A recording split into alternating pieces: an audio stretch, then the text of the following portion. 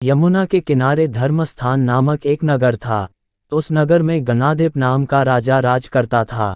उसी में केशव नाम का एक ब्राह्मण भी रहता था। ब्राह्मण यमुना के तट पर जप तप किया करता था। उसकी एक पुत्री थी जिसका नाम मालती था। वह बड़ी रूपवती थी। जब वह ब्याह के योग्य हुई तो उसके माता पिता और भाई को चिंता हुई। संयोग से एक दिन जब ब्राह्मण अपने किसी यजमान की बारात में गया था और भाई पढ़ने गया था, तभी उनके घर में एक ब्राह्मण का लड़का आया। लड़की की मां ने उसके रूप और गुणों को देखकर उससे कहा कि मैं तुमसे अपनी लड़की का ब्याह करूंगी। होनहार की बात की उधर ब्राह्मण पिता को भी एक दूसरा लड़का मिल गया और उसने उस लड़के को भी यही वचन दे दिया।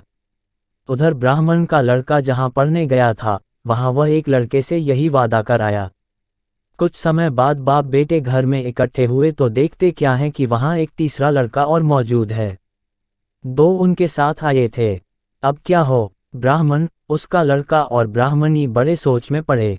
दैवयोग से हुआ क्या कि लड़की को सांप ने काट लिया और वह मर गई। उसके बाप, भाई और तीनों लड़कों ने बड़ी भाग दौड़ की, जहर झाड़ने वालों को बुलाया, पर कोई नतीजा न निकला। सब अपनी अपनी करके चले गए। दुखी होकर वे उस लड़की को शमशान में ले गए और क्रियाकर्म कराए। तीनों लड़कों में से एक ने तो उसकी हड्डियां चुन ली और फकीर बनकर जंगल में चला गया। दूसरे ने राख की गठरी बांधी और वहीं झोपड़ी डालकर रहने लगा। तीसरा योगी होकर देश देश घूमने लगा। एक दिन की बात है, वह तीसरा लड़का घूमते घामते किसी नगर में पहुंचा और एक ब्राह्मणी के घर भोजन करने बैठा। जैसे ही उस घर की ब्राह्मणी भोजन परोसने आई कि उसके छोटे लड़के ने उसका आंचल पकड़ लिया। ब्राह्मणी से अपना आंचल छुड़ता नहीं था। ब्राह्मणी को बड़ा गुस्सा आया। उसने अपने लड़के को झिड़का, मारा पीटा, फिर भी वह न माना तो ब्राह्मणी ने उसे उठाकर जलते चूल्हे में पटक दिया। लड़का जलकर राख हो गया। ब्राह्मण बिना भोजन किए ही उठ खड़ा हुआ।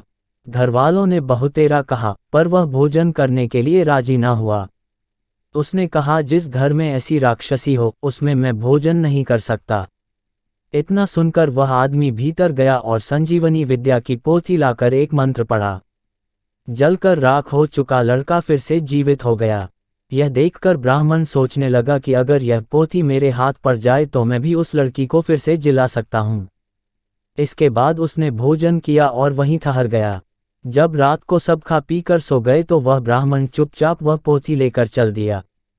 जिस स्थान पर उस लड़की को जलाया गया था, वहां जाकर उसने देखा कि दूसरे लड़के वहां बैठे बातें कर रहे हैं। इस ब्राह्मण के यह कहने पर कि उसे संजीवनी विद्या की पोथी मिल गई है और वह मंत्र पढ़कर लड़की को जिला सकता है, उन दोनों ने हड्डियां और राख निकाली। ब्राह्मण ने जैसे ही मंत्र पढ़ा, वह लड़की जी उठी। अब तीनों उसके पीछे आपस में झगड़ने लगे। इतना कहकर बेताल बोला, राजा, बताओ कि वह लड़की किसकी स्त्री होनी चाहिए। राजा ने जवाब दिया, जो वहां कुटिया बनाकर रहा उसकी। बेताल ने पूछा, क्यों? राजा बोला, जिसने हड्डियां रखीं वह तो उसके बेटे के बराबर हुआ। जिसने विद्या सीखकर जीवन दान दिया वह बाप के बराबर हुआ। जो राख लेकर रमा रहा वही उसकी हकदार है। राजा का यह जवाब सुनकर बेताल फिर पेड़ पर जा लटका। राजा को फिर लौटना पड़ा और जब वह उसे लेकर चला तो बेताल ने तीसरी कहानी सुनाई।